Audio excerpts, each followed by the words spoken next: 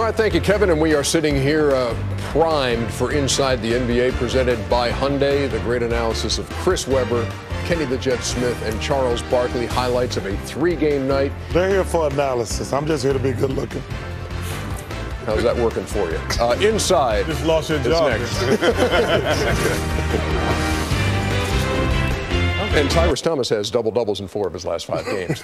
When we come back, it's the NWBA, the National Wheelchair Basketball Association. My boy plays in this. Man, that's a hard. Dave Snowden plays in this. Dave Snowden played with the Knicks. That's a really hard thing to do. He outshot me. I got a great story about this one. I can't wait to hear it. And you're going to, these highlights are great. And the story of this tournament is one you will not want to miss. It's off the hook in there. That is the hardest thing to do if you've never tried. I've gone to games. I've been to games. I'm serious. I will bust them up, though. My game is tight. He's nice. Well, they sport names such as the Orlando Magic Wheels, the Twin City Spinners, and the Courage Rolling Rowdies. And they're among the teams that took part in the 4-day National Wheelchair Basketball Association Championships this month. More than 1,000 athletes came to Lakewood, Colorado, a Denver suburb. And a guy very familiar to Denver Nugget fans, Bill Hanslick, was instrumental in making it happen. We love to try to, for the first time ever, pull all 6 divisions into one spot for the championships. And it happened. It took a lot of time planning. We have 3 semis, 10 pods out there to store wheelchairs, a lot of logistic issues, but it's been an unbelievable success. And to watch the smiles on these kids' faces when they play in sort of a beehive of environment, the younger kids can see the next level up, and the higher level playing before some big crowds and things has just been wonderful. 1, 2, 3, team! Warriors!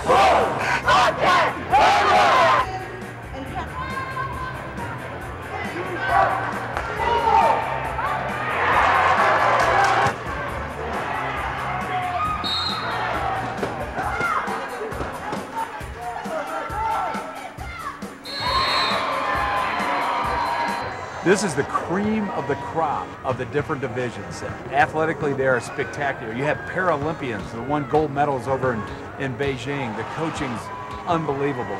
They can go from 0 to 15 miles an hour on a court from a dead stop, the fast guys. I'm going, oh my God, it's unbelievable, and they are. The ability to move fake, it's so similar to an able-bodied game that it's remarkable. The screening, pick and roll, full court press, getting in passing lanes, trying to control the boards, keeping the ball out of the middle. So many things are similar to the game that it's really fun to watch. Make sure you use your head out there. Take care of the ball.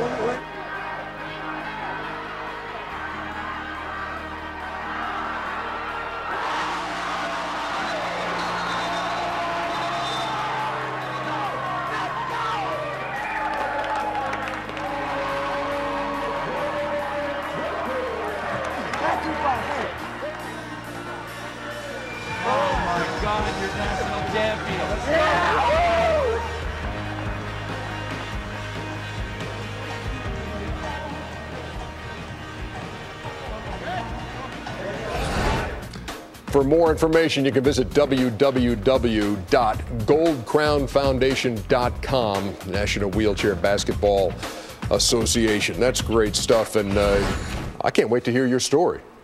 Well, what's your story? Well, a good friend of mine plays in the wheelchair basketball league, Dave Snowden, and two things. One, he tried to have a shootout with me at my basketball camp. He came and he spoke to the kids, and he comes and gets a shootout, and he always wins the shootout because obviously he knows how to move the chair, and he doesn't. And he is a better shooter. I'll give him to him.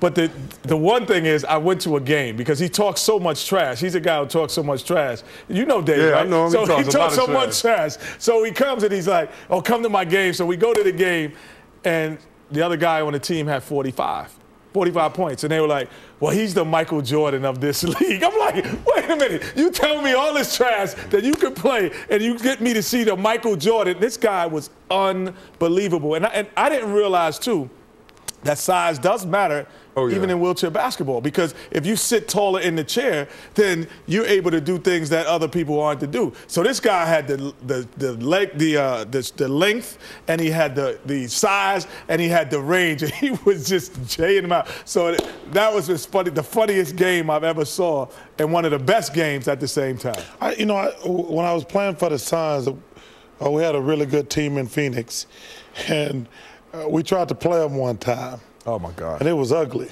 Yeah. I didn't realize all the rules they have. You think, like, I can't remember, I think you have to roll twice and then dribble. They kept calling us for traveling. I mean, it was like, wow. There's so many different rules, so many different innovations. And, I used to work out at the facility where, when I was playing, they used to practice right after me. So I would, in the summer times, that's the gym I use. So I would sit and I'd watch the practices and go through. So I know a lot about it and have a lot of fun with it. I love playing because the camaraderie is the same. I mean, they may say we can't move like you on your legs, but don't come in there acting nice, feeling sorry. You better be in shape, you better be ready, and you better have your game tight, because I learned that it's very physical. When the chairs start hitting up against your arms, or when you can't move and you looking stupid and you passing and double dribbling, it's a very physical game. So just the camaraderie of the athletes talking junk, being physical, I love. And the last thing I learned, and honestly learned, that life doesn't start from the legs down. That was it. I mean, those guys have great homes, great wives, great jobs, great cars, great everything. Oh, yeah. But so I did not. You really don't realize that until you. But also you see the beauty of sports. People ask me why I love sports so much. Man, sports to me is obviously giving me every single thing in my life, being able to bounce a basketball.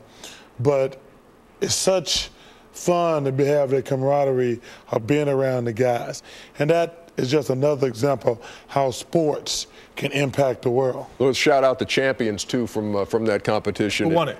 The men's championship, the Orlando Magic Me Wheels. and Kenny will beat you. The varsity. In a shooting contest. The Minnesota Junior Timberwolves. Keep it right now. The junior varsity, the Charlotte Rolling Bobcats, the prep champs, the Courage Rolling Rowdies, Division III, the Twin City Spinners, and the women's division, Alabama. Alabama. Is that the Lakeshore Foundation? There's a foundation in Birmingham that has some of the best wheelchair athletes in the world. The entire world. I don't know. Do not know where the champions from Alabama came from. We'll research. They come from here. For you. Hey, TNT Overtime is the place to be. Just get on NBA.com, click on TNT Overtime. Analysis from all of our experts. We're not experts. I know. God's an expert. We're just people who give it our opinion. God, you drive me crazy with that. You have all these different issues when you want to have them. We've just got different issues.